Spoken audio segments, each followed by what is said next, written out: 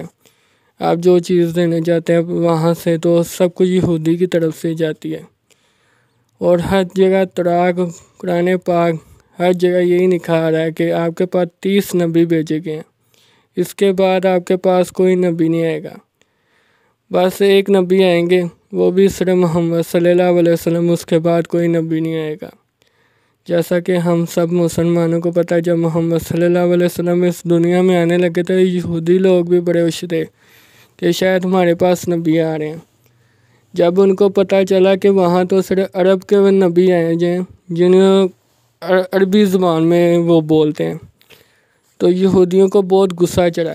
یہودیوں کو اس لیے غصہ چڑھا کہ یہودی کہتے تھے کہ ہمارے پاس نبی نہیں آئے تو صرف عرب کے لوگوں کے پاس نبی آ گئے، یہ کیا وجہ ہے؟ تو یہودی لوگ بہت چگلیاں لگاتے تھے، بہت زیادہ چگلیاں لگاتے تھے آپس میں بیٹھ کے، یہ کیسے ہو سکتا ہے ہمارے پاس نبی نہیں آئے، صرف عرب کے لوگوں کے پاس نبی آئے ہیں۔ جیسا کہ موسیٰ علیہ السلام نے یہودیوں کو تو زاد کرا دیا تھا، فرعون سے زادی دے دی تھی، چونکہ ان کے بچے بھی غلام تھے جب فرعون کے پاس ہوتے تھے، وہ تو خدائی کا دعویٰ دے چکا تھا۔ تو اللہ کی عبرت ناز آپ دیکھیں فرعون کے ساتھ اتنا برا ہوا ہے کہ اب وہ ممی بن چکا ہے، اب ساری زندگی موزین میں قید رہے گا، موزیم میں قید رہے۔ اب جب وہ مرنے لگا تھا تو اللہ سے توبہ کرنے لگ پڑا، اللہ سے کہا تھا مجھے معاف کر دو، میں نے بہت دنیا میں بہت غلط کام کیا، مجھے معاف کر دو۔ اللہ نے کہا اب تمہارا کوئی فائدہ نہیں توبہ کرنے کا، اب تم مر چکے ہو، بڑے میں نے موقع دیے ہیں۔ ایسے کئی لوگوں کو اللہ تعالیٰ موقع دے چکا ہے، جیسا کہ ابھی ہمیں موقع دے رہے ہیں اللہ تعالیٰ کہ کہہ رہے آپ سمجھتے ہو سمجھو، نہیں سمجھنا تو ٹھیک ہے، قیامت والے روز آپ کا فیصلہ ہوگا جو ہونا ہے۔ تو جیسا کہ ابھی فرعون کے ساتھ جو ظلم ہوا ہے، فرعون نے اپنے آپ خود ظلم کیا، جو پیسہ جائیداد یہ سب کچھ کہاں گیا فرعون کے پاس، اللہ کی طرف سے وہ غرق ہو گیا، ختم ہو گیا، زمین میں گرج گیا۔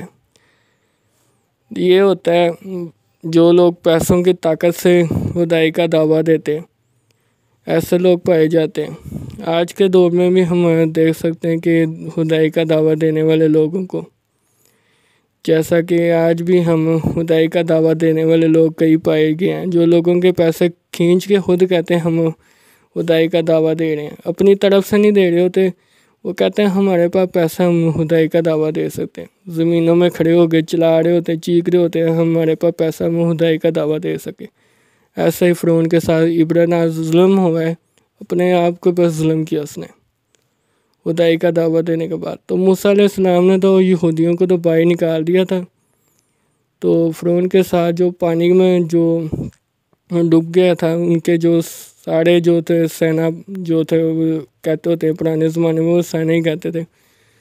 تو آج کی ہم یہودیوں کے بارے بات کریں، یہودی تو دیکھ لیں بہت پاورفل ہے، ویسے تو ان کی سائنس ٹیکنالوجی وغیرہ سب کچھ ان کے پاس ہے، جیسا کہ محمد صلی اللہ علیہ وسلم نے بھی کہا تھا کہ ایک امت کے بعد ایک امت کے پاس ہر طرح کے فرعون ہوں گے۔ تو مجھے تو یہی سمجھ لگ رہی ہے کہ فرعون کے بارے جیسا کہ ہمارے محمد صلی اللہ علیہ وسلم نے کہہ چکے ہیں، ہمارے ایک دنیا میں جتنے لوگ ہوں گے ان کے پاس ایک نہ ایک فرعون آئیں گے جو خدائی کا دعویٰ سمجھ کے جیسا کہ دنیا میں جو لوگ آتا ہے خدائی کا دعویٰ ہی دیتا ہوتا ہے، پیسوں کا زور دیتا ہے لوگوں کو۔ تو کسی غریب بندے سے پیسے کھینچ کے وہ سمجھتا میرے پیسے ہیں. جس کے پاس پیسہ ہوتا ہے نا وہ غریب بندہ وہ پیسہ کھینچ کے اپنی طرف کھینچ لیتا ہے. وہ کہتا ہے یہ مر چکا ہے، جیسا کہ اب میرے پاس پیسہ آ گیا اس کا. اب یہ لوگ دیکھ لیں، یہ تو ویسے ہی چور ہیں. اب انہوں نے ٹیکس بڑھا کے بیچارے غریبوں کا حال برا کر دیا. پاکستان کا تو بہت زیادہ حال برا کر دیا. آپ کی شکلیں ہی ان کے پہچان کے آپ کو تو لگ رہا ہوگا یہ چور ہے ہمارے پاکستان کے سب سے بڑے. جو پیسہ اکٹھا ہوتا ہے یہ باہر جا کے چھپ جاتے ہیں، اور بعد میں کہتے ہیں ہمیں تو پتہ ہی نہیں تھا کہ پیسہ کہاں گیا. جتنا ٹیکس آپ کو بڑھاتے ہیں بعد میں کہتے ہیں آپ نے بڑھنا ہے سب کچھ. یہ آپ سے پیسے کھاتے ہیں اور یا اپنے بچوں کو دیتے ہیں یا خود کھاتے ہیں، بڑے پیسے کھاتے ہیں اور بعد میں باہر جا کے چھپتے ہیں.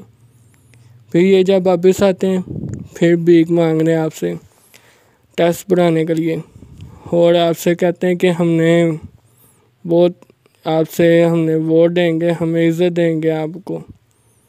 آپ کو کبھی ووٹ دے کے کبھی عزت ملی ہے؟ مجھے یہ بتانا کمنٹ کر کے. کبھی بھی عزت ملی ہو تو مجھے بتائیں. کیا آپ نے کبھی مہنگائی ختم ہوتے ہوئے دیکھا اپنے پاکستان کے؟ بڑے سرکار ختم ہوتے دیکھا کبھی؟ کسی کو جاب ملی ہے؟ کسی کو ترقی ہوئی ہے؟ کسی کے کچھ ہوا ہے؟ پاکستان تو سب سے نمبر 1 تھا، پاکستان کو گرایا جا رہا ہے. اب بہت جلد پاکستان میں کہتا ہوں 0 ہونے لگا ہے.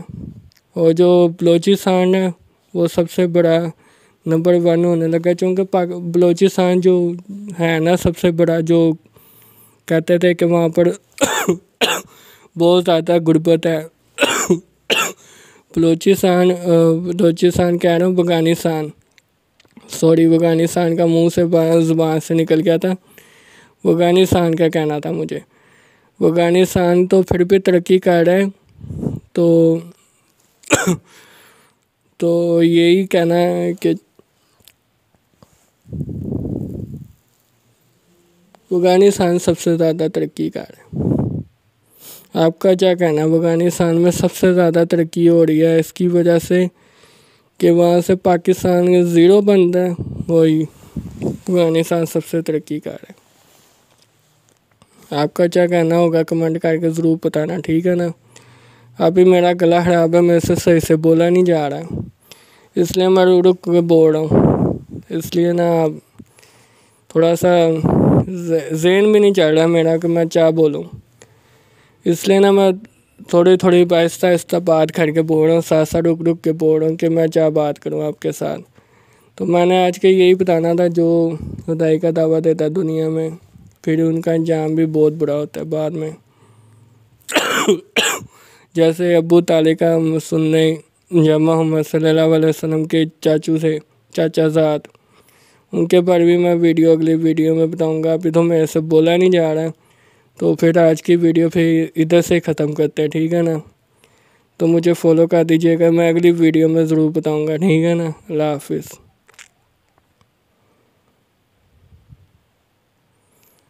لائک کر دینا اور فالو کر دینا، ٹھیک ہے نا.